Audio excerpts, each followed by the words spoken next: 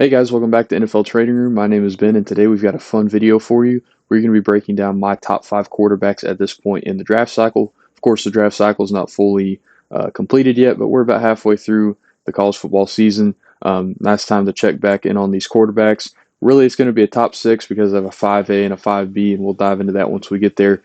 Before diving in, I should mention the Big Ten is blocking all 22 film. I guess because they don't want people to see that they have good football players. So just be aware of that as this breakdown goes on. That means guys like Dante Moore, Fernando Mendoza, we're not going to be able to show all 22 clips for. But let's get into the breakdown. We're going to start off with some honorable mentions, starting with Cade Klubnik and Garrett Nussmeier, two guys that were really hyped up coming into the season. Cade Klubnik out of Clemson, Garrett Nussmeier, the quarterback at LSU. Cade Klubnik was my quarterback one coming into the season. Garrett Nussmeier was my quarterback three.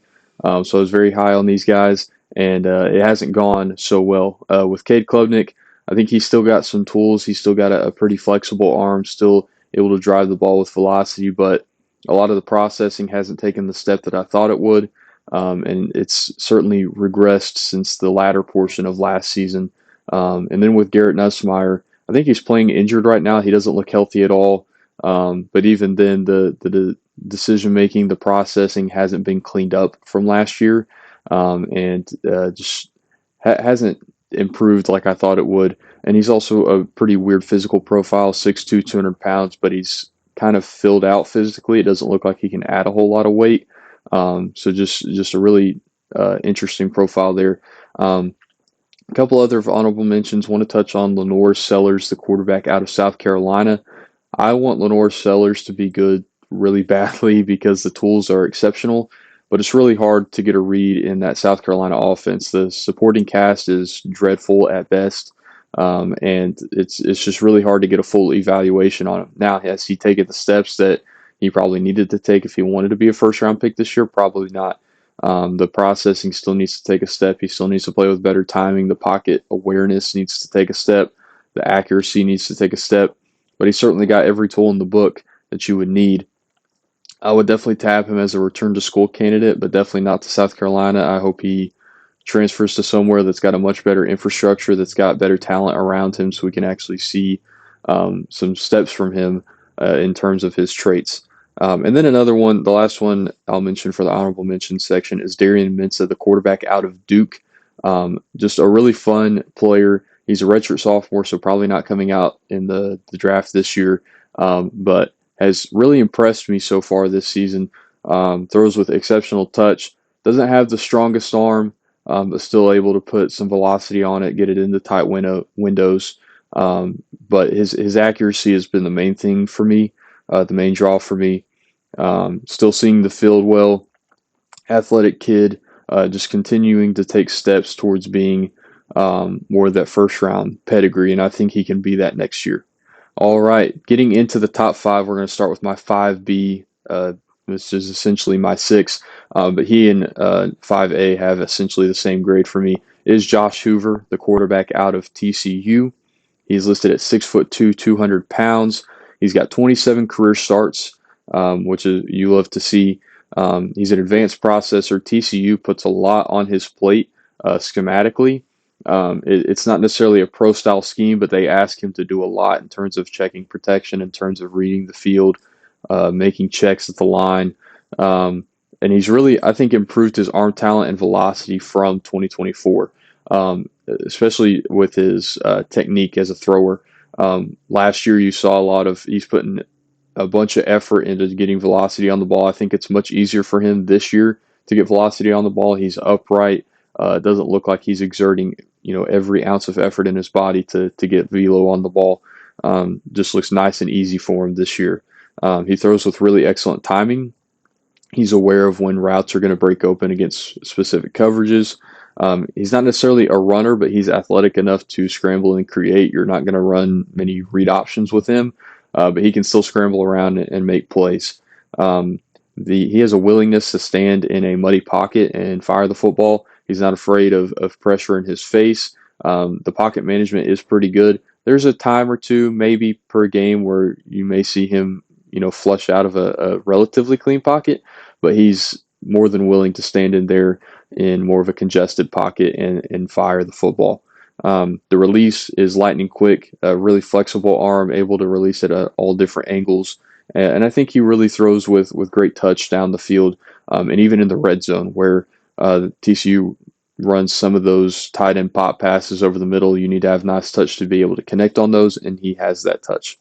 Now he needs to add weight. I think he's got the frame to add weight. He was listed at 6'2", 200 pounds last year, and he looks like he weighs more this year.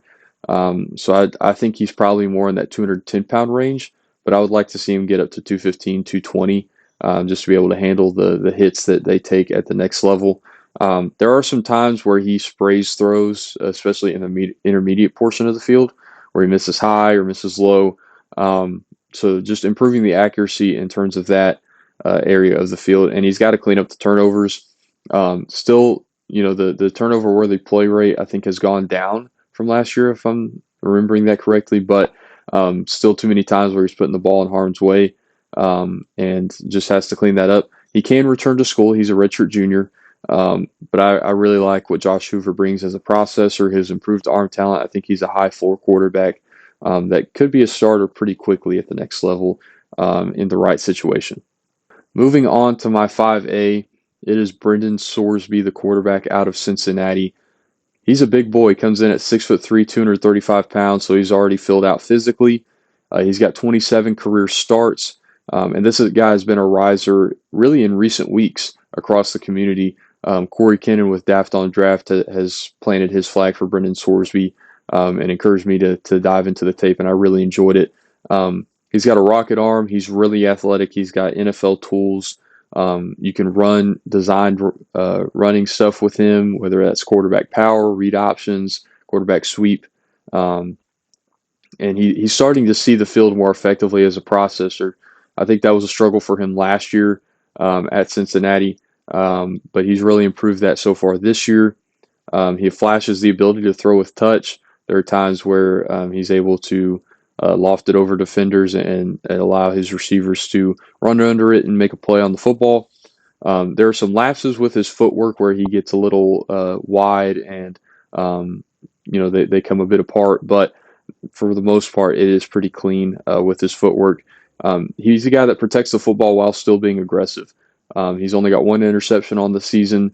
I think only 4 turnover-worthy plays, and just stays aggressive still down the field, but doesn't put the ball in harm's way. He's effective in the scramble drill. Like I mentioned, he's really athletic, but he understands scramble drill to a high degree, keeps his eyes downfield. Some of the negatives, though, with him, the accuracy definitely needs to take a step down the field, intermediate portion, even some of the short accuracy. There are times where he's spraying throws and just needs to continue to take a step in that area of the field. Sometimes the throwing mechanics leave him. I mentioned it with the footwork, but sometimes the arm gets a little out of position, especially when he's throwing downfield. And like I said, he manages the pocket pretty well, but he takes some unnecessary sacks. There are times where it's not as bad as Lenore Seller's problem of taking what would have been a 5-yard sack and turning it into a 12-yard sack. But there are times where he can get the ball away and still doesn't let the play die and takes an unnecessary sack. And then even under pressure, the accuracy takes another dip, which you would expect. But really fun quarterback, a guy that could definitely be a riser as the process continues to go on. We'll see if he can work his way into that first-round territory. Next up at number 4, it is Cole Payton, the quarterback out of North Dakota State. He's another big boy. He comes in at 6'3", 233 pounds, only 8 career starts. This is his first year starting. He's been at North Dakota State his whole career. He was used mostly as a running quarterback prior to this year as a change of pace option from their other quarterback. But he's got a strong arm. The accuracy downfield is shockingly good. There was a throw on his tape that I'll put in the B-roll where he lofts it right over cover 2 to a tight end, just beautifully over the deep hook defender, the linebacker. He layers, like I just mentioned, he layers the football over zone defenders pretty efficiently, and may be the best runner of any quarterback in this class. That's in terms of speed and power. You see when he gets in the open field, he can really separate from second-level defenders, which was surprising. And he's not afraid to duck his shoulder and power through for extra yards if he needs a first down conversion on that particular play. And he throws with solid timing. He's aware of when routes are breaking open, and aware of where he needs to go with the football.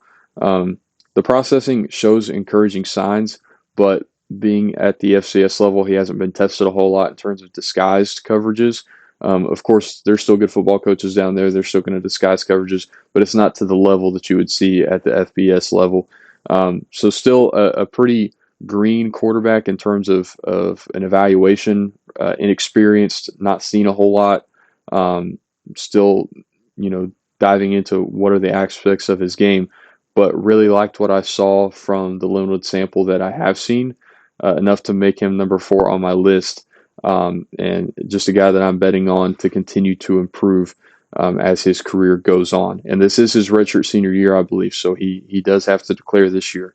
And some people have said, he's the next Taysom Hill. I don't believe that at all. He's got a better arm than Taysom Hill. He's more accurate. He's already a better processor. I don't think Taysom Hill was ever the quarterback prospect that Cole Payton is. Quick break in the breakdown. If you guys wouldn't mind to go down below, drop a like, drop a comment, make sure you subscribe to the channel. That will just let us know that you're enjoying the content. We're going to keep bringing you these top 5 breakdowns throughout the rest of the draft season. Let's get back into it. Next up, we're getting into that tier 1 of quarterbacks. These are quarterbacks I would be comfortable taking in the top 5 range if you're a quarterback needy team. We're going to start at number 3 with Dante Moore, the quarterback out of Oregon. Comes in at 6'3", 206 pounds.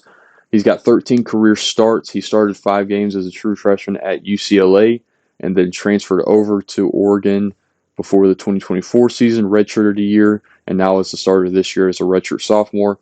He's got a compact, efficient release, gets the ball out quick. It's not elongated. It's nice and compact. The awareness in the pocket has definitely taken a leap. There were times on his UCLA tape where just wasn't aware of backside pressure, up the middle pressure, but this year he's aware of it. He's able to push the ball downfield with relative ease. I don't think he's got some absolute cannon of an arm, but he has no problem pushing the ball downfield, and is pretty accurate in that area of the field as well. The processing is pretty advanced for someone with the lack of experience. He just plays very cerebrally, understands the offense, understands the concepts, gets the ball out on time. He's accurate on the move when Oregon does play action boot or they do design rollouts, sprint outs, whatever it may be. He's accurate in those scenarios. He's not a design run threat, but he's athletic enough to be a playmaker. He's not a guy that you're going to run QB draw with, QB power, but understands scramble drill and is able to make plays outside the pocket. I think he's still a little bit jittery when under pressure, especially in the Indiana game. That was the first time on his entire season, really, where you saw him not really understand some of the coverages that Indiana was bringing. Indiana was bringing a lot of mixed coverages. Every other game, he's looked like he knows exactly what the defense is going to do, but Indiana really threw some confusing looks at him in that game.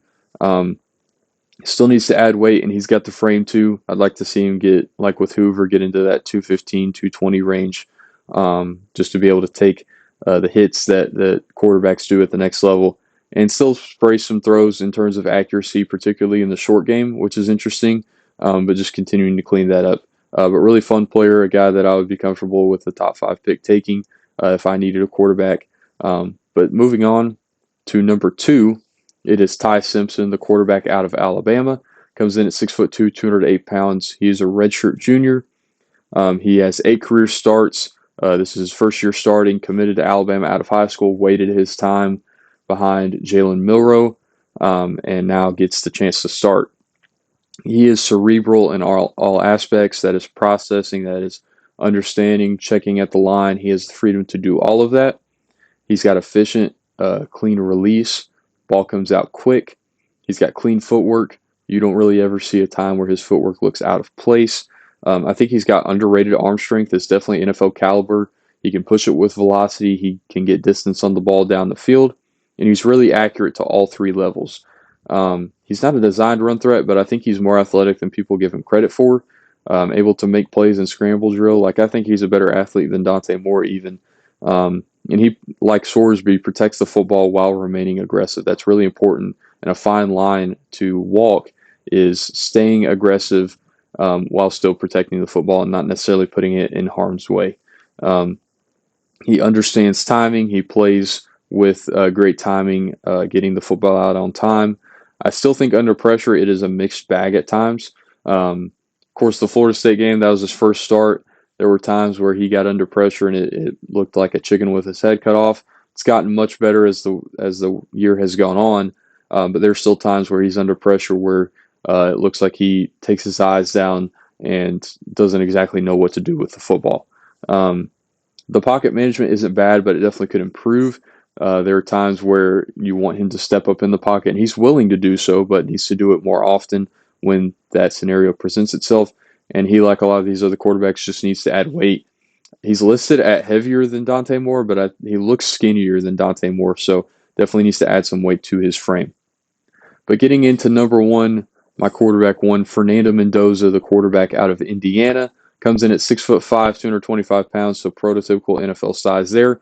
Has 27 career starts, so a very experienced player. He's got a really good arm. He's effective and clean as a processor when Indiana asks him to. They don't put as much on his plate as some of these other quarterbacks, but when they do, Fernando Mendoza processes it well and handles those situations well. He's not a great athlete, but when he creates out of structure, he keeps his eyes downfield. He's athletic enough to make plays outside of structure. He's definitely improved his management of the pocket from last year. That was one of the main gripes with him. His pressure to sack ratio, even from an analytical viewpoint, was very high. That's certainly, I think he's cut it in half, honestly, this year, if I remember correctly. But even from a tape perspective, he's much better at stepping up in the pocket, recognizing backside pressure, feeling that pressure from the backside tackle as that pass rusher closes in on him. It just understands the timing of the pocket, knowing when he has to get the ball out, and that internal clock has definitely improved for him. He's really pinpoint accurate, especially down the field. That was something I noticed on the Cal tape, whether it was wheel routes or seams or go routes, was really accurate in those phases of the game, and that's continued to this year. But he's accurate at all three levels. He's accurate in the short game. He's accurate in the intermediate game. Always gives his receivers a chance to make a play on the football. And he has full command of the offense. He can make checks at the line. He can make audibles at the line. You see him checking his protection, checking with the running back, checking with the receivers. He has the freedom to do all of that. And like I mentioned, he's not, the most athletic. I would say he's probably like a 4.75 athlete, but still can make plays outside of structure and even run the occasional read option if you need him to. But overall, I think he's the cleanest quarterback prospect in this draft, and definitely has the size and the arm, all the tools to be a franchise quarterback at the next level. And that does it for my top 5 quarterback list. Thank you guys so much for watching. Again, if you wouldn't mind to go down below, drop a like, drop a comment, make sure you subscribe to the channel. That would just let us know that you're enjoying the content. We'll continue to bring content like this to you throughout the draft season. Thank you guys again for watching, and we'll see you guys next time.